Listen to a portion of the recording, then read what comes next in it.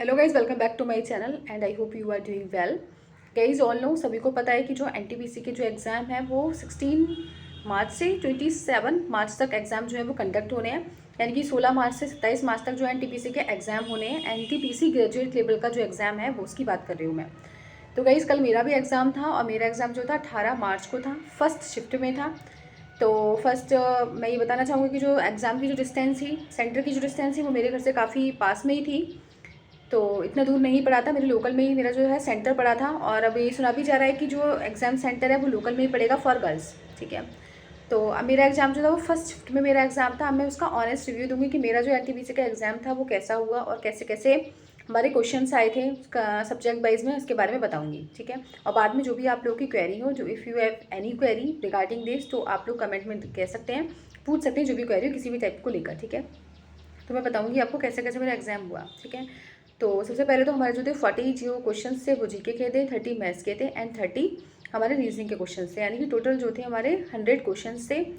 तो मैंने 100 में से 74 क्वेश्चन अटैम्प्ट किए हैं। ज़्यादा मेरा अटैम्प्ट जो था वो ज़्यादा नंबर ऑफ क्वेश्चन कम रहा। उसमें क्या था, जीके मैं बताऊंगी सेक्शन वाइज अकॉर्डिंग। सबसे पहले हमारा जो था, सबसे पहले मैंने जीके सॉल्व किया। तो जीके में जो मेरा था, जीके मुझे थोड़ा already I have told you, थोड़ा मुझे टफ लगता है इन द सेंस कि जीके मेरा थोड़ा वीक सेक्शन कह सकते हैं। तो जीके में जो क्वेश्चंस थे, थोड़ा करंट के 4-5 क्वेश्चंस करंट के थे मेरे। तो इस तरीके से करंट के थे, यानी कि हमारी कंट्री की रैंक पूछी थी, रैंक थी। ठीक है। और सेकंड, हमारे जो मोदी जी ने अभी मीटिंग वगैरह की थी उसके ऊपर बेस्ड क्वेश्चन था कि उनको कौन सा प्राइज़ मिला है। थर्ड क्वेश्चन था COPA मीटिंग के बारे में था, थर्ड क्वेश्चन। ठीक है। तो 3 क्वेश्चन हमारे ये हो गए। इस तरीके से मेरे जो 3-4 क्वेश्चन जो थे वो जीके से थे। और जीके जो था वो लास्ट 6 मंथ्स का ही था, शायद लास्ट 6 मंथ्स का ही तो जीके था, इससे ज़्यादा जीके नहीं था। सेकंड हमारा आता है कि क्वेश्चंस कौन से थे। अब हमारे पास ज्योग्राफी में जो क्वेश्चंस थे, 1-2 क्वेश्चंस ज्योग्राफी के थे, 2-3 क्वेश्चंस ज्योग्राफी के थे। एक तो लेयर से ही था, हमारे स्ट्रेटोफेयर, मेंटल और इसके ऊपर था। एक हमारा उसके ऊपर था कि मैग्नेटिक फील्ड कहाँ पर होती है, मेंटल में होती है, आयरन कोर में होती है, या फिर मिडल कोर में, आउटर कोर में या इनर कोर में, इस तरीके से क्वेश्चन दे रखा था। तो 2-3 क्वेश्चन हमारे जो थे वो ज्योग्राफी के थे। और हमारे दो ऐसे 3-4 क्वेश्चन हमारे हिस्ट्री के थे।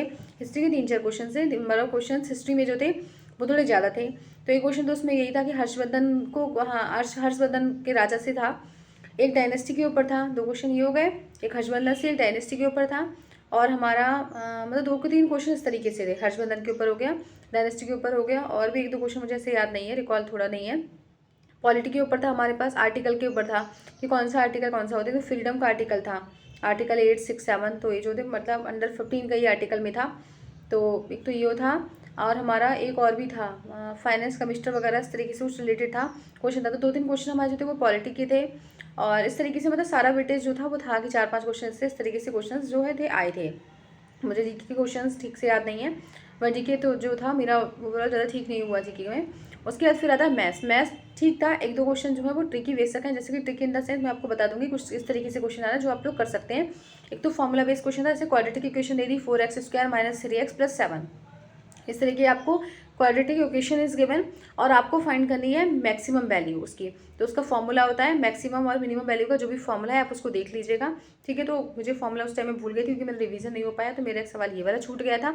यानी कि आपको ये फॉर्मूला देख लेना क्वाड्रेटिक इक्वेशन की, अगर आपको मैक्सिमम और मिनिमम वैल्यू देखनी है तो उसका फॉर्मूला क्या होता है, शायद 4b², इस तरीके से कुछ फॉर्मूला था, मुझे याद नहीं आ रहा है। तो इस तरीके से आप लोग उसका फॉर्मूला देख लीजिएगा।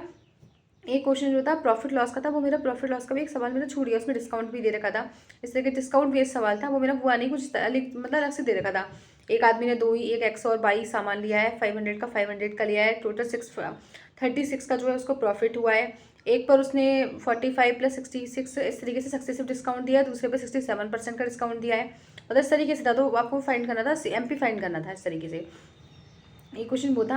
और आपको 2 क्वेश्चन दिए जाएंगे मीन मीडियम मोड के। एक तो यूजिंग एम्पेरिकल फॉर्मूला यूज़ करके करा जाएगा, एक आपको टेबल दे रखी होगी तो उसमें आपको मोड फाइंड करना है। तो इस तरीके से क्वेश्चन थे। तो और बाकी बहुत ईजी क्वेश्चन है, सारे क्वेश्चन बहुत ईजी। 3 क्वेश्चन ऐसे होंगे जो ट्रिकी थे, मुझे ट्रिकी लगे, तो ये क्वेश्चन मेरे छूट गए। और बाकी मेरे जो क्वेश्चन थे वो सारे ऑलमोस्ट हो गए, बोर्ड मार्क्स बेस्ड थे, बाकी बहुत अच्छा पेपर था तो वो सारे हो गए थे। ठीक है। एक कंपाउंड ड्रेस को और बता देती हूँ, जैसे कि रामू है, रामू के 2 बेटे हैं, उसने अपने 1107 रुपये जो है वो दो बेटों को बांटे हैं। एक को 10 साल के लिए, एक 11 साल के लिए। कंपाउंड इंटरेस्ट है वो दोनों का सेम है। तो इस तरीके से कौन सा फिर रेट पूछा था शायद उसका। तो इस तरीके से क्वेश्चन थे। 3-4 क्वेश्चन जो थे वो मुझे बता रही हूँ, जो थोड़े से मेरे रह गए थे, वो मेरा रह गए, वो मैं आपको बता लूँ, ठीक है। तो इस तरीके से क्वेश्चन थे। क्वेश्चन वैसे मैथ्स बहुत अच्छा था। और जीके जो सॉरी रीजनिंग था, रीजनिंग बहुत अच्छा आया था। रीजनिंग में सर्कल बेस्ड क्वेश्चन बहुत थे कि 7 फ्रेंड्स बैठे हैं, 20 के लेफ्ट बैठा है, इस तरीके से था। तो सर्कल बेस्ड क्वेश्चन बहुत थे। और बाकी जो है एक आपके डेज के ऊपर था कि संडे से शुरू होता है, संडे टू सैटरडे, और कौन सा फिर एक का एग्जाम संडे में था। इस तरीके से आपको बताना है कि बी का एग्जाम कौन से डे में था। तो इस तरीके से क्वेश्चन था, रीजनिंग में था। तो ओवरऑल पेपर ठीक है, और टेंशन मत लीजिएगा, जितना आप लोगों ने अब तक पढ़ा है वही उसको करके जाइएगा, और टेंशन लेने की ज़रूरत नहीं है। अच्छा ही होगा जैसा भी होगा, और एक एग्ज़ाम हमारी लाइफ को डिफाइन नहीं करता। अगर जैसा भी हो रहा है, जिसका भी हो गया है और किसी का अच्छा नहीं हुआ है, तो ये मत सोचिए कि अब वो अपनी लाइफ में कुछ नहीं कर सकते, या डिप्रेस हो जाएं, या आगे पढ़ाई छोड़ दें, नहीं करना चाहें। अपनी पढ़ाई, अपनी जर्नी कंटिन्यू रखिए। एक एग्ज़ाम डिफाइन नहीं करता कि हमारी लाइफ में हम क्या बनेंगे क्या नहीं बनेंगे। अगर एक एग्ज़ाम खराब हो गए तो इट नॉट मीन्स कि सारे एग्ज़ाम खराब होने जाने वाले हैं। आगे आने वाले एग्ज़ाम की प्रिपरेशन कीजिएगा, इसको भूलिए, और आगे नेक्स्ट एग्ज़ाम पर प्रिपरेशन करके फोकस करिए। तो अगर कोई डाउट हो आपका एनटीपीसी को लेकर या किसी भी चीज़ को लेकर, तो you just share with me. Thank you and bye.